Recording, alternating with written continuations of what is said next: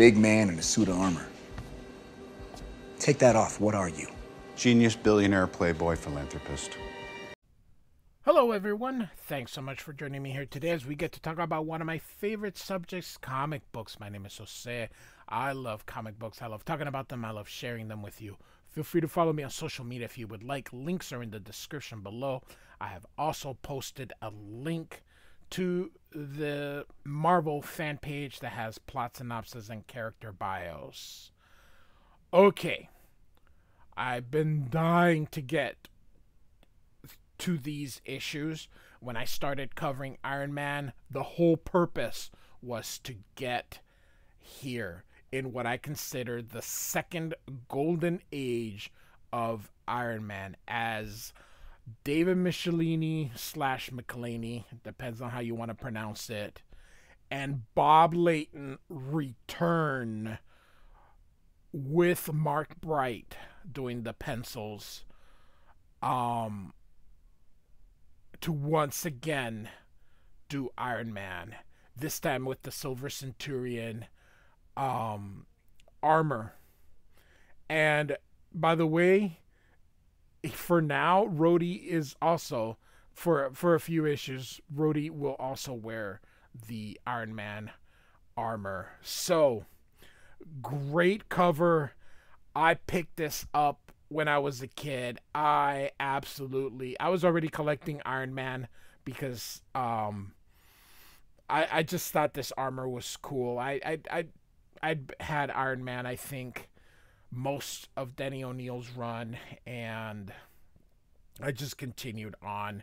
I jumped off after the John Byrne ended because it got weird. The 90s were not a good period for Marvel, or the early 90s weren't a good period. So, but boy, the 80s were absolutely fantastic. And so this is from 1986. The 80s were a fantastic period for a lot of comics, and Iron Man was no exception. So, here we go. The Shattered Sky and is the title. So, doctors, when you're a kid, they give you a lollipop and a pat on the head. When you're an adult, they give you the truth. And so, we got Tony Stark here, sitting on the doctor's desk, and he asks, "Are you sure your diagnosis is correct, Dr. Corday?" And he says, "Yes, Mrs. Stark. If the deterioration we've discovered in your nervous system progresses much further, I'm afraid it will prove," and he pauses, "terminal." So we have our credits here. Michelinie / Michelinie. I say Michelinie, but and Layton do the plots. Layton is the inks and the script, and then Mark Bright is doing the pencils. Absolutely. Like I said, this is the second golden age. So, in fact, I'd like you to check I'd like you to check into the clinic for a few days so we can run some more tests. Perhaps we can pinpoint the source of the problem. And so Tony says, "Is it that serious?" "Not really, not at this stage. The condition might even correct itself if it isn't aggravated further, but why take the chances?" So Tony then says, "Tell you what, doctor, I'm real busy right now, but I'll monitor the situation closely. If it starts to worsen, I'll be far faster than you can say triple endowment. Thanks for your help and your honesty." So, the California air is cool, California crisp. And it washes over Anthony Stark, millionaire inventor, once and future industrialist, like a bracing tide, setting his mind to working as he slips into the soft leather cockpit of the waiting Jaguar. Although some people say Jaguar, so I love the screen tones and the half tones. Just adds another layer. Oh, it's just fantastic. I've been so excited to get to covering this. So, and sends that precision-tuned beast purring up an on-ramp into the northbound lanes of the LA freeway. And so Tony's thinking, I knew something was wrong. For several weeks, I've had bouts of nausea with muscle twitches, and they only seem to occur after I've been playing Iron Man. I had suspicions, and Dr. Corday's tests seems to have confirmed them. It looks like something in my new Iron Man armor is killing me. And so you can see these ladies here. Look at him, and they're like 10 and a half. So,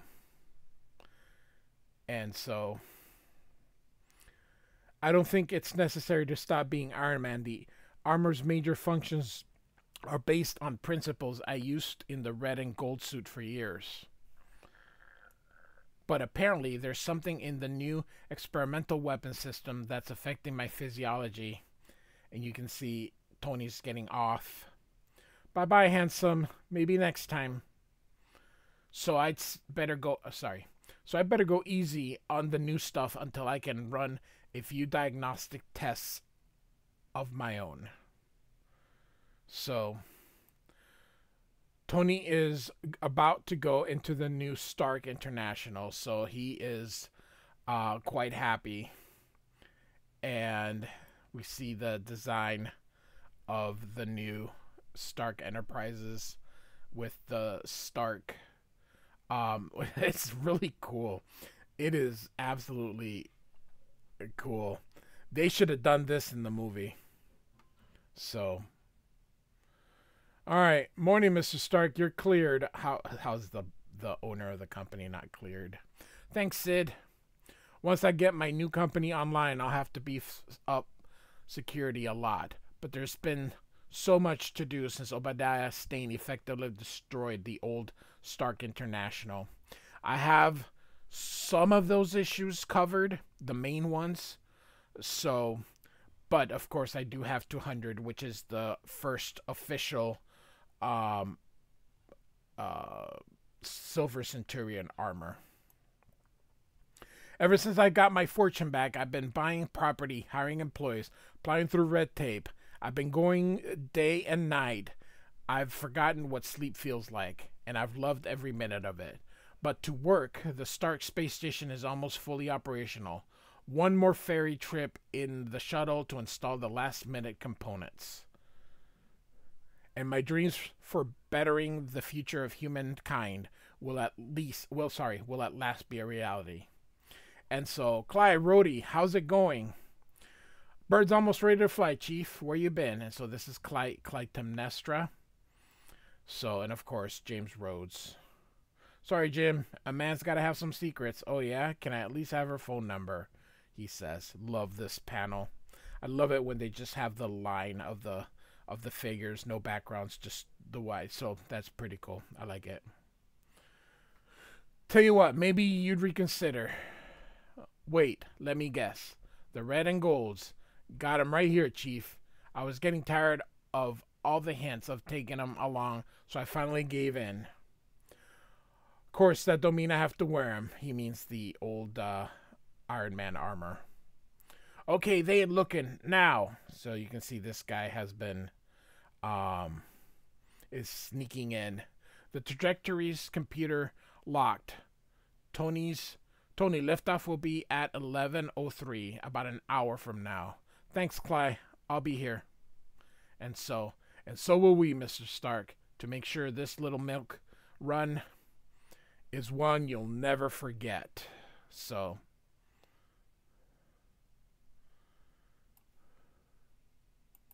I love how they make up names. So this is a small, non-existent Caribbean island called Boca Caliente. Boca means mouth. Caliente means hot. So hot mouth. So a small Caribbean island recently invaded and conquered by Advanced Idea Mechanics, which is AIM. And this is their current headquarters. The Scientist Supreme is a generous man, Yorgon Taikio, to allow you to perform even menial duties after your failed attempts to overthrow him. Yes, I shall have to repay my brother's kindness once I am the Scientist Supreme very, very soon. So is this the same dude? Alright. Well, they are brothers, so is he the... I don't know. I haven't read some of these stories in such a long time.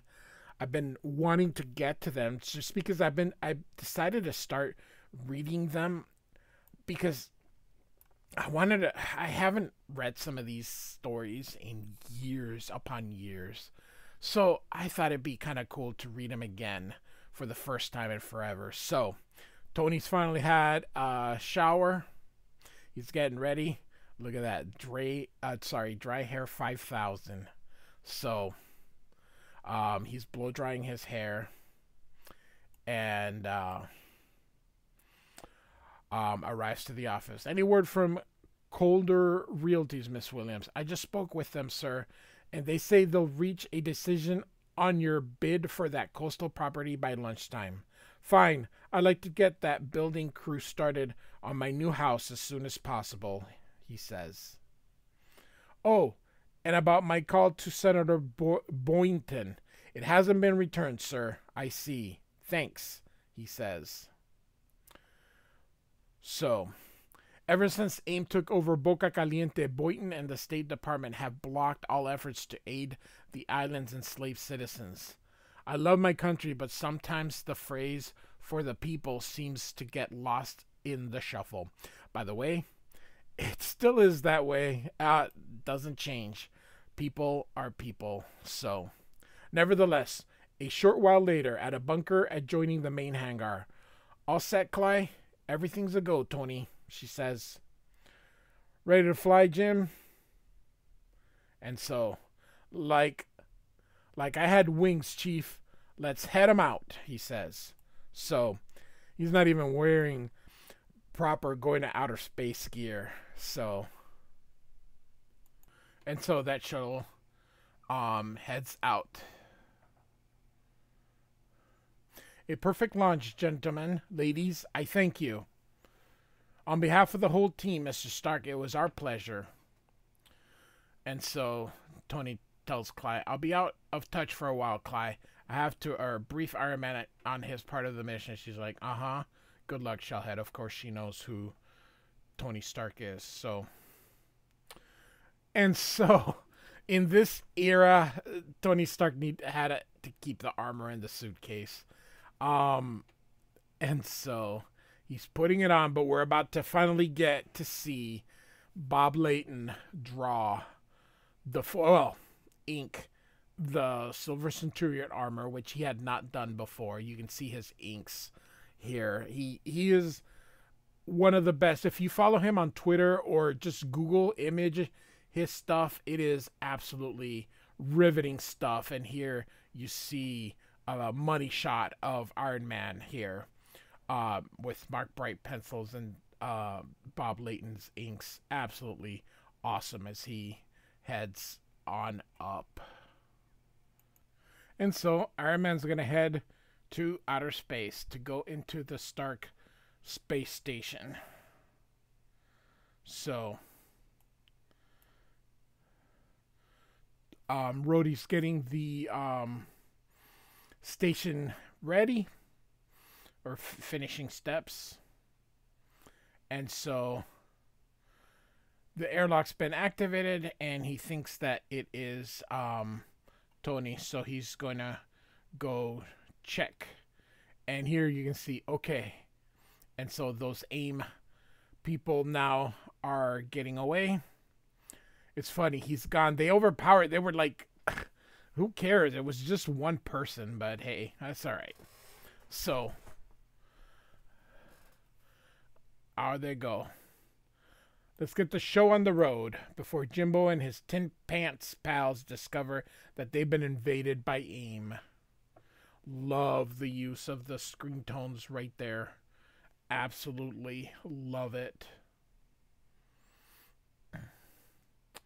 And so Tony's also putting in the last bit. And so he Rhodey says, "Is that the last of the circuit boards, Chief?" "Yep, once it's installed, the interior monitor system should be fully operational." "Gorgeous. you think we can get on TV on this? And he goes, hey, because you can see he goes, I don't believe it. In the data storage labs, we got company. And Tony turns around. Pressure suits look like modified AIM issue. And they're stealing a data file. Must be planning sabotage. I don't think so. That file is from the external sensor hookup. But why would they want information from outside? Wait, that Death Ray satellite AIM used against Boca Caliente, it was close enough for our sensors to record its operation. Those files could contain the evidence the State Department needs to go after AIM. And so, all done, Bernie. All right, let's get out of here before.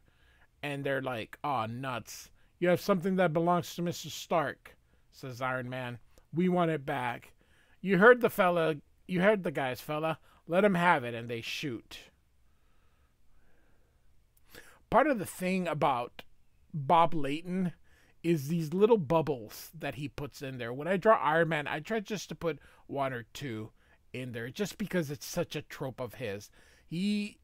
Nobody does it the way he does it. So, and if you ever notice when he's drawing Iron Man, particularly on a lot of shots, you'll see these little bubbles. If you're not familiar with them, there they are. So Bob Layton tries to put that on metal, kind of to make it, I don't know, look like it shines. So Iron Man says, I'll hit him high, Rhodey, you hit him low. And so, I don't think that word should work the same as a bullet, but all right. So, he uses an electrostatic impulse net here to get Iron Man. Again, look at these little, I don't know, what would you call them? Like dots. So he just puts those in a lot of different places. So I try to, like I said, I try to incorporate that. So he ended up absorbing the energy. So that guy says, it looks like we'll have to try a different strategy. Iron Man, he's taking out some sort of test tube. What is it? I don't know, Rhodey, but whatever it is. And the guy throws it. It's loose.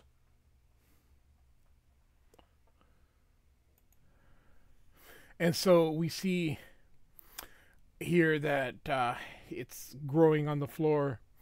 And he says, it's called the Omega Bacillus. So it's a bacteria. A tin Man, as he's referring to Iron Man.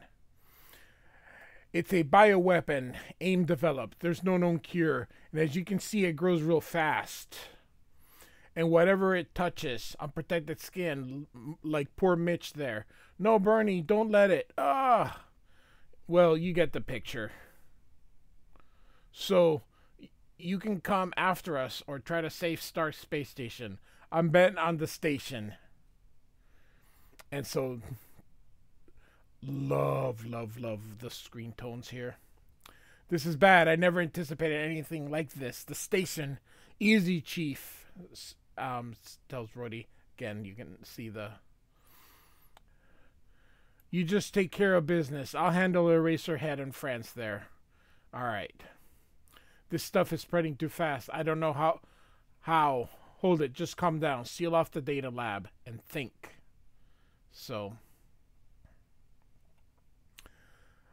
All right. So you can see that Rhodey's after them.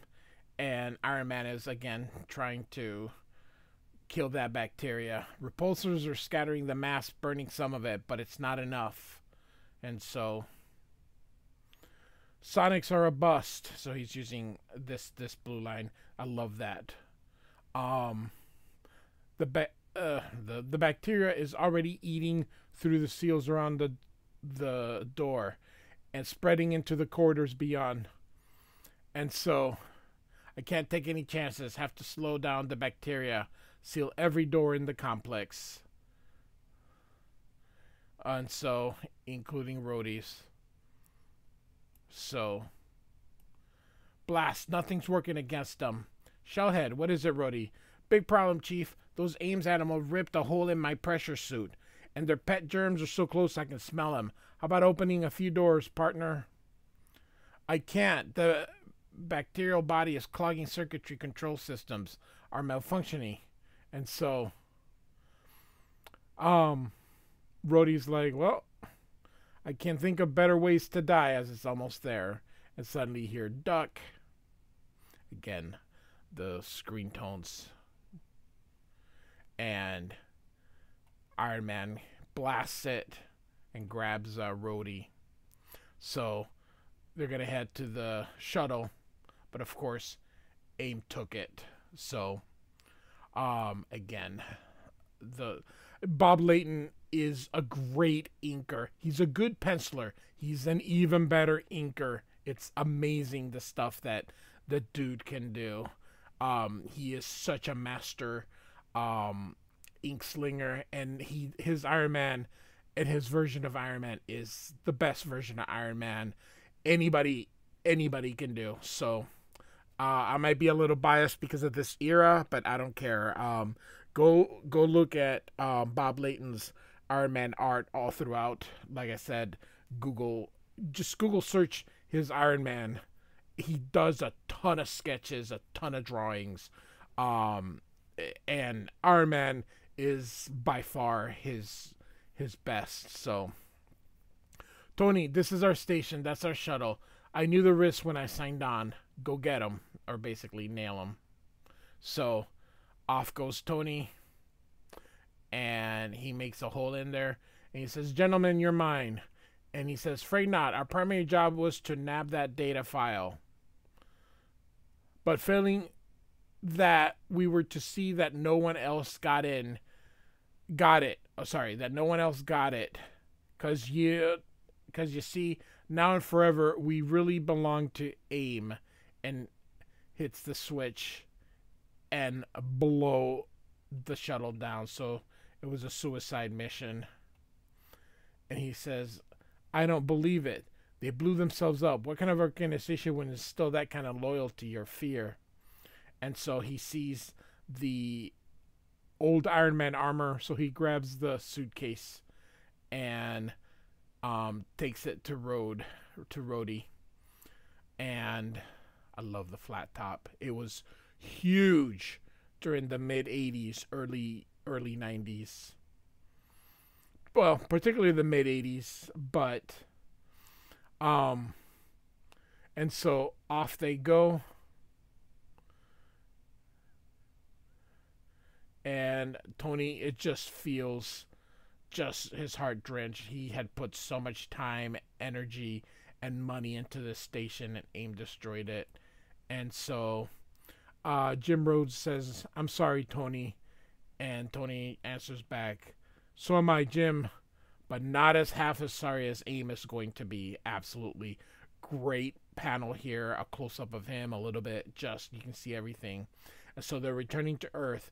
And suddenly Jim says, "Chief, I think," and he's like gasping for air, "we may have a bit of a trouble here. It's getting hard to breathe." And he's like, "Blast it." It's their word for damn. They weren't cursing back then.